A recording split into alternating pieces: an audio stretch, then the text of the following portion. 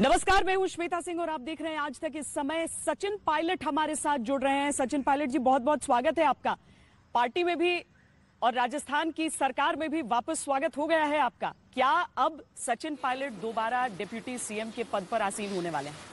देखिए, हम लोगों ने श्वेता जी दिल्ली में आके हमारे साथियों ने कुछ मुद्दों को उठाया था और शुरू से हम लोगों ने कहा था कि हम पार्टी फोरम के अंदर जो हमें लगता है कि सरकार में काम करने के तरीके को, नेतृत्व के कुछ एक्शंस को हमको संज्ञान में लेना पड़ेगा। वो हमारा अधिकार भी है, हमारी ड्यूटी भी थी। उन मुद्दों को हमने दिल्ली में पार्टी के सामने रखा और मुझे आश्वासित किया गया है कि बहुत जल्द समयबद्ध तरीके से इन सभी समस्याओं का निराकरण भी किया जाएगा। उसके बाद क्या रोल पार्टी के अंदर निभाना है या नहीं निभाना, इसका निर्णय मैंने पार्टी के ऊपर छोड़ा है। जब जब मुझे जो दायित्व दिया है पिछले 20 सालों में, मैंने पूरी निष्ठा ईमानदारी से उस दायित्व को निभाया है और मैं आज भी वो कर रहा हूँ। पद हो या ना हो, लेकिन प्रदेश की जनता के प्रति मेरा जो एक दायित्व है, जो जिम्मेदारी है, उसको मैं हमेशा निभाता रहूँगा। जो वादे कर हम सत्ता में आए हैं, उनको पूरा करना हम सबकी प्राथमिकता रहेगी। पर सचिन, ये आज की बात नहीं है, आपने इससे पहले भी यही मुद्दा उठाया है। आपने पहले भी ये चीजें उठाने की कोशिश की है कि किस तरीके से युवाओं की को तरजीह या फिर राजस्थान में क्या आपको चाहिए, ये बातें आप पहले भी करते रहे। इस बार क्या आपको अतिरिक्त कोई आश्वासन मिला है जिस कारण हम देख रहे हैं कि जो हम कह रहे हैं कि अब पटाक्षेप हुआ उसका? देखिए, पिछले 1.5 साल में सरकार का एक जिम्मेदार हिस्सा रहा और उप मुख्यमंत्री के रूप में मैंने काम भी किया, लेकिन मैंने कभी भी राजनीति को व्यक्तिगत नहीं बनाया। मैंने कभी भी, अगर मुख्यमंत्री जी भी हैं तो मेरे से उम्र में बड़े हैं, मैंने हमेशा उनका व्यक्तिगत सम्मान भी किया है, लेकिन अगर काम करने के तरीके में, कार्यशैली में, गवर्नेंस के स्ट्रक्चर्स में वो कामयाबी हमको हासिल नहीं हो रही जो जितनी अपेक्षित है, तो मैं समझता हूँ उसका इशू बनाना मेरे लिए लाजमी था। और बात सिर्फ सरकार की नहीं है, क्योंकि 5 साल जब मैं प्रदेश का अध्यक्ष था राजस्थान के अंदर, तो हम मात्र 21 सीट पर सिमट गए थे 5 साल पहले, 6 साल पहले जब चुनाव हुए थे, जब अशोक जी मुख्यमंत्री थे।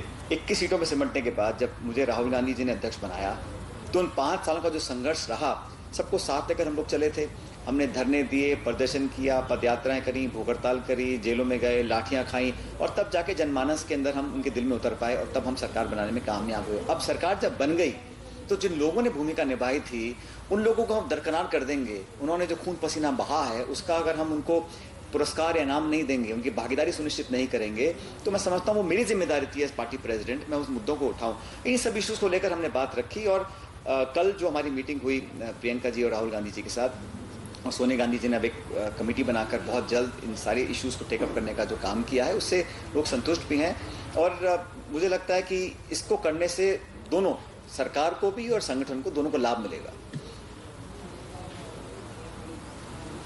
पर भारतीय जनता पार्टी की क्या भूमिका रही इसमें? क्योंकि अशोक गहलोत जी ने भी कहा कि अब बीजेपी की जो साजिश थी वो नाकाम हुई। देखिए, जो विपक्षी पार्टी है वो मौके का फायदा उठाए, ऐसा सोचना कोई गलत नहीं है। हम लोगों ने तो पहले दिन कहा था कि हम कांग्रेस पार्टी के सदस्य हैं। मेरे सभी साथियों ने, जो विधायक हैं, उन्होंने बड़ी पुरजोर आवाज से कहा और पहले दिन मैंने कहा बहुत से लोग आरोप लगाएंगे, बहुत से लोग ये खबरें फैलाएंगे, लेकिन हम लोग कांग्रेस के सिपाही रहे और मैं जिम्मेदार पद पर रहा। तो हमने शुरू से कहा था कि हम पार्टी के अंदर रहकर अपनी बात को रखना चाहते हैं और ये ऑन रिकॉर्ड बातें हैं।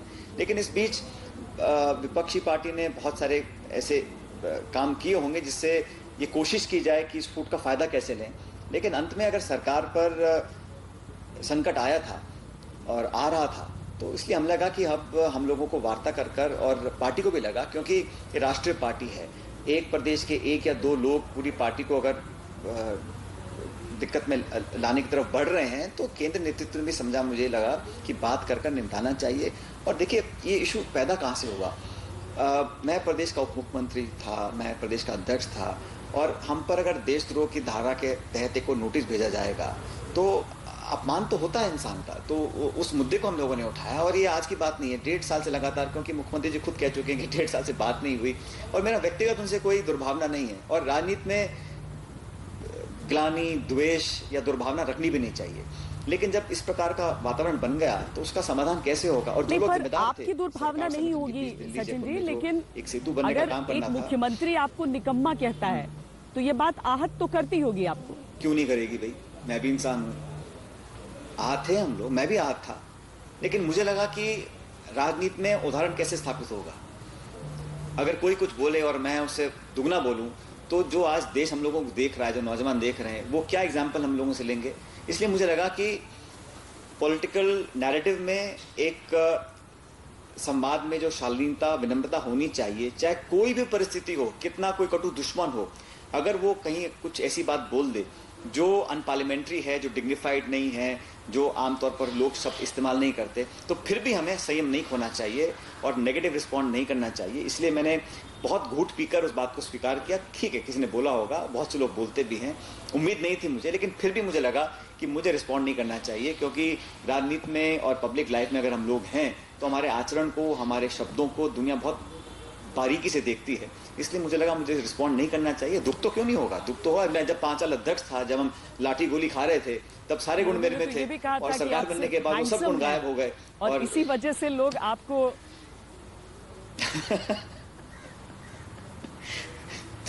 इसका तो मैं क्या जवाब दूं। इसका दोष या पुरस्कार तो मेरे माता पिता को मिलना चाहिए, इसमें मेरा कोई लेना देना नहीं है। लेकिन भारतीय जनता पार्टी, आप कह रहे हैं कि इसमें कहीं कोई एंगल नहीं था, क्योंकि आपने वाकई आप इस दौरान बिल्कुल खामोश रहे। हालांकि इंडिया टुडे को एक इंटरव्यू जरूर दिया आपने सबसे पहले, लेकिन आपने किसी तरह का आक्षेप सामने नहीं लगाया, किसी तरह की ऐसी बुरी बातें नहीं बोली जिसका दर्द रह जाए सामने वाले के मन में। लेकिन भारतीय जनता पार्टी को लेकर जो बार बार बात कही गई, जो कहा गया कि आपके कुछ एमएलए हैं जो बातचीत कर रहे हैं बीजेपी से, आपका भी नाम लेकर सीधा सीधा कहा गया, यानी आपकी योजना में कहीं नहीं था कि मैं किसी दूसरी पार्टी को ज्वाइन करूं। देखिए श्वेता जी, जब हम लोग दिल्ली आए अपनी बात को रखने के लिए, उसके तुरंत बाद बहुत सारे एक्शंस लिए गए। एफआईआर रजिस्टर करी गई, एसीबी के केस दर्ज किए गए, एसओजी के केस दर्ज किए गए, नोटिस दिए गए, हम लोग कोर्ट कचहरी में गए, लगातार मामला बढ़ता गया। तो सुलह की कोई गुंजाइश उस समय दिख नहीं रही थी, क्योंकि हमने सैद्धांतिक मुद्दा उठाया और व्यक्तिगत हमले हुए, बर्खास्त किया गया, सस्पेंड किया गया, नाना प्रकार की कार्रवाई हुई उस समय, और हम लोग कोर्ट कचहरी में उस समय व्यस्त रहे। लेकिन पहले दिन मैंने एक स्टेटमेंट दिया था, और मैंने कहा हम किसी दल में नहीं जा रहे हैं, अपनी पार्टी में लेकर अपनी बात को रखेंगे। ये बात मैंने बड़ी स्पष्टता से और बड़ी पुरजोर तरीके से रखी थी। मेरे सभी साथियों ने एक शब्द अगर पार्टी के खिलाफ, पार्टी के नेतृत्व के खिलाफ या किसी के खिलाफ बोला हो तो रिकॉर्ड पे दिखाइए, और प्रत्यक्ष को प्रमाण की जरूरत नहीं होती है। आप आरोप लगाते रहें, खबरें फैलाते रहें, लेकिन अंततः आज सच्चाई सबके सामने आ गई है।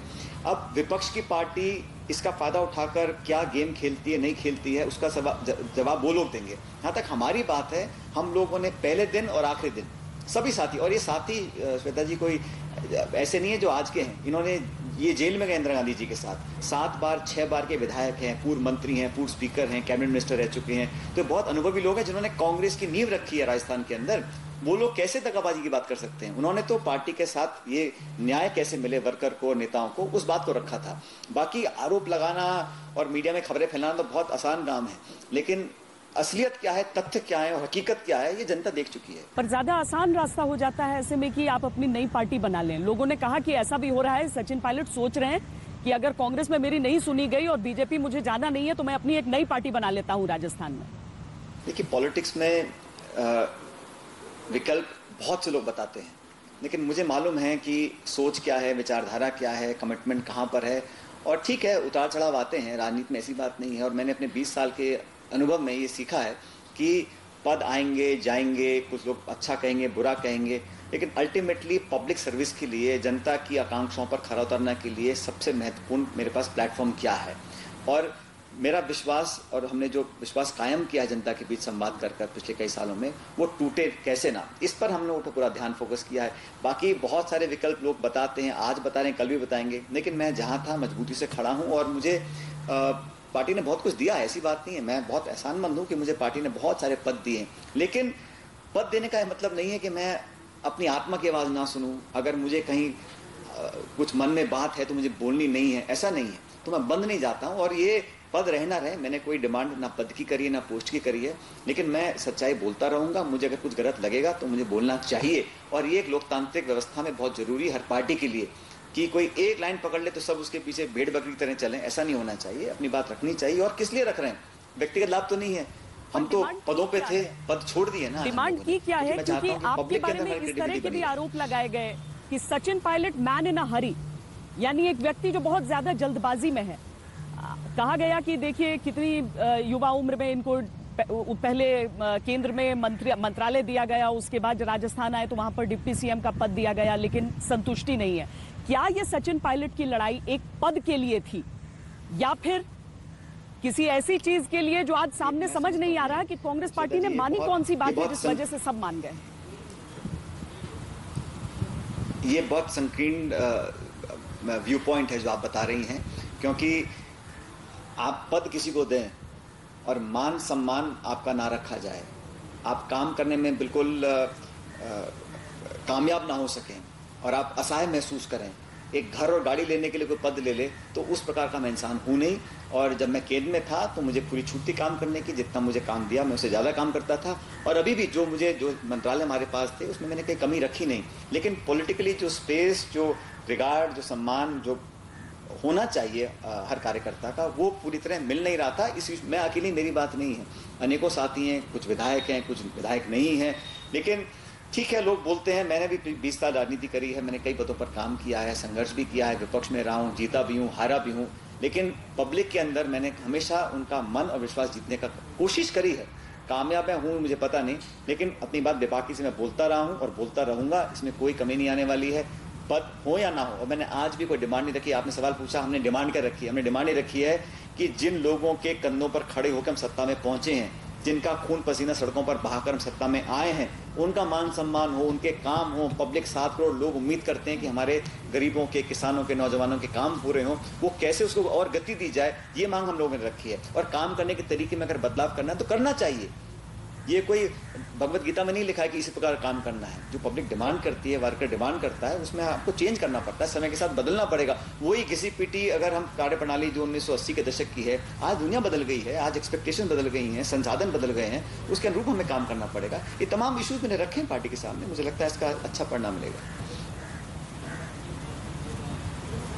तो अब क्या अदालती जो लड़ाई है उसका स्टेटस क्या रह जाएगा? क्या आगे आप और मुद्दों को लेकर वो रास्ता भी अपनाएंगे? क्योंकि एक बात तो आपने स्पष्ट कर दिया है कि कांग्रेस पार्टी आप नहीं छोड़ रहे हैं।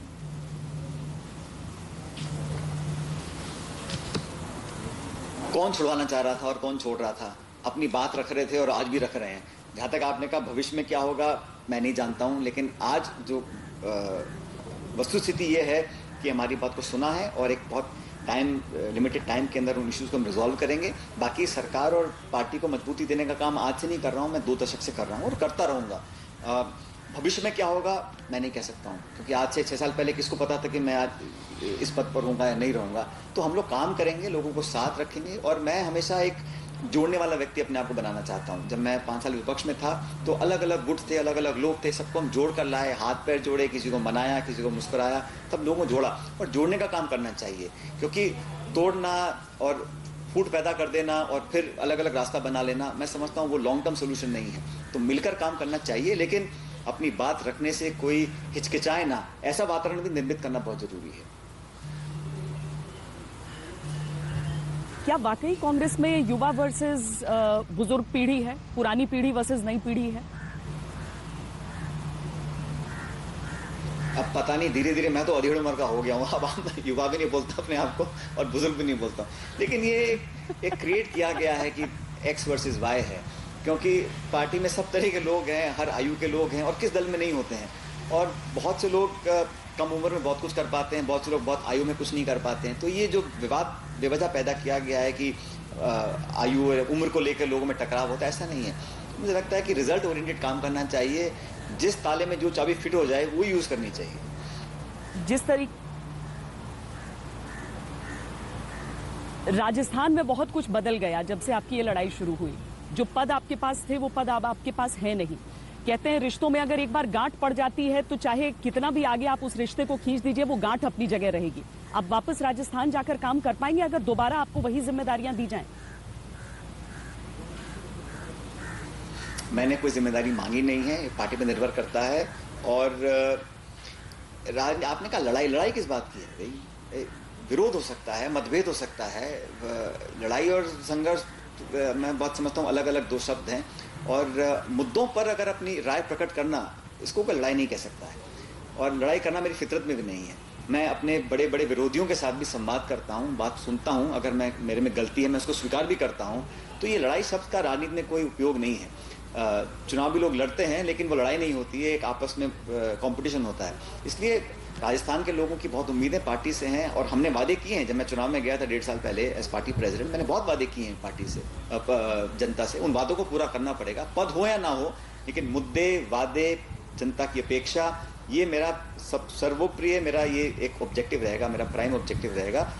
पद क्या है, नहीं है, ये बहुत महत्वपूर्ण नहीं है। बहुत कुछ मिला है पार्टी से, आगे क्या काम मैं करूंगा। एमएलए में हूँ राजस्थान में, वहाँ की अपने क्षेत्र की जनता की पूरी सेवा करूंगा और दुगनी मेहनत से करूंगा।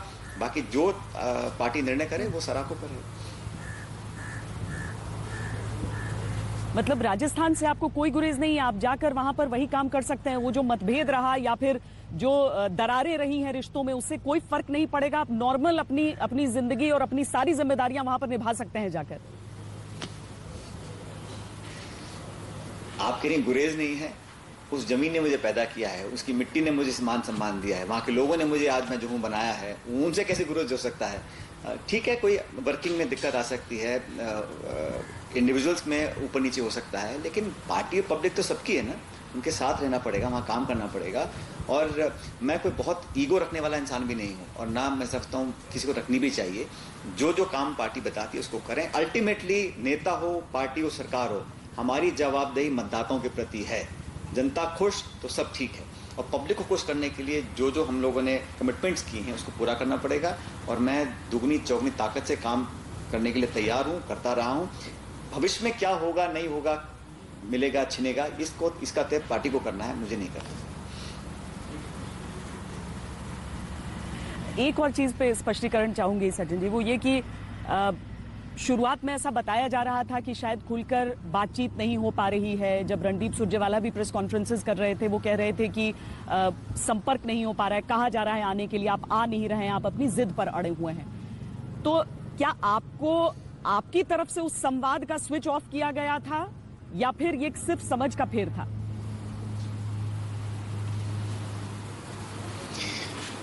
भविष्य के गर्भ में क्या है हमको नहीं मालूम, और अतीत में जो बीत चुका है उसको कुरेदने से कोई फायदा नहीं है। और मैं किसी भी मेरे साथी, जो हमारे कांग्रेस के साथी हैं, बहुत सी बातें कहीं या बोली गई होंगी, मैं उस पर टिप्पणी नहीं करना चाहता हूँ, क्योंकि उसका कोई मतलब नहीं है। वो रात गई सो बात गई, मैं उसको काउंटर करूँ या कुछ और उसका स्पष्टीकरण दूँ या उसके बारे में उल्लेख करूँ, मैं समझता हूँ शोभा नहीं देता। सब मेरे साथी हैं, अगर किसी ने मुझे कुछ बुरा भला कहा भी है तो मैं समझता हूँ वो व्यक्ति की मांग हो सकती है, उनकी सोच होगी, लेकिन मेरे मन में किसी के प्रति कोई दुर्भावना नहीं है। सबने जो कहा उसको मैंने सुना, और जैसे मैंने शुरू में कहा, कुछ ऐसे भी वाक्य और शब्द मेरे खिलाफ बोले गए जिनको सुनकर बहुत पीड़ा हुई, और बहुत बड़ा घूंट पीकर मैंने अपने आप को संतुष्ट किया कि मुझे अपनी डगर, अपने रास्ते से नहीं हटना है, और उस पर हमें बड़ा मजबूती से आगे बढ़ना है। तो किसने दरवाजे खोले, किसने बंद किए, नहीं किए, 3 हफ्ते क्या हुआ क्या नहीं हुआ, इसको मैं समझता हूँ अब चैप्टर को बंद कर देना चाहिए, क्योंकि इसको खोलने से कोई फायदा नहीं। अंतिम सवाल आपसे जो आज से ही जुड़ा है वो ये कि आपको ये आश्वासन दिया गया है कि आपके मुद्दों पर ध्यान दिया जाएगा, सुलझा लिया जाएगा, या फिर मामला सचमुच सुलझ गया है? मामला सुलझने की ओर बढ़ चुका है, और आश्वासन कांग्रेस अध्यक्षा के लेवल से दिया गया है कि बहुत जल्द सारे इश्यूज को टेकअप करके रिजॉल्व किया जाएगा। और मैंने तो ये भी कहा, मैंने कहा कमेटियां बहुत पहले बन चुकी हैं, लेकिन इस बार जो कमिटमेंट पार्टी का है बहुत गंभीर है, और मुझे लगता है कि तमाम इश्यूज, ना सिर्फ मेरे, जो बाकी साथियों के थे, उन सबको लेकर बहुत जल्द सुलझाया जाएगा। और मुझे पूरा विश्वास है कि जो डिमांड्स हमने रखी हैं, जो बातें हमने रखी हैं, उसका सोल्यूशन निकलेगा, और एक बेहतर कल की तरफ हम लोग बढ़ सकेंगे, दोनों, सरकार की तरफ से भी और संगठन की तरफ से भी। बहुत बहुत धन्यवाद सचिन पायलट, हमसे बातचीत करने के लिए।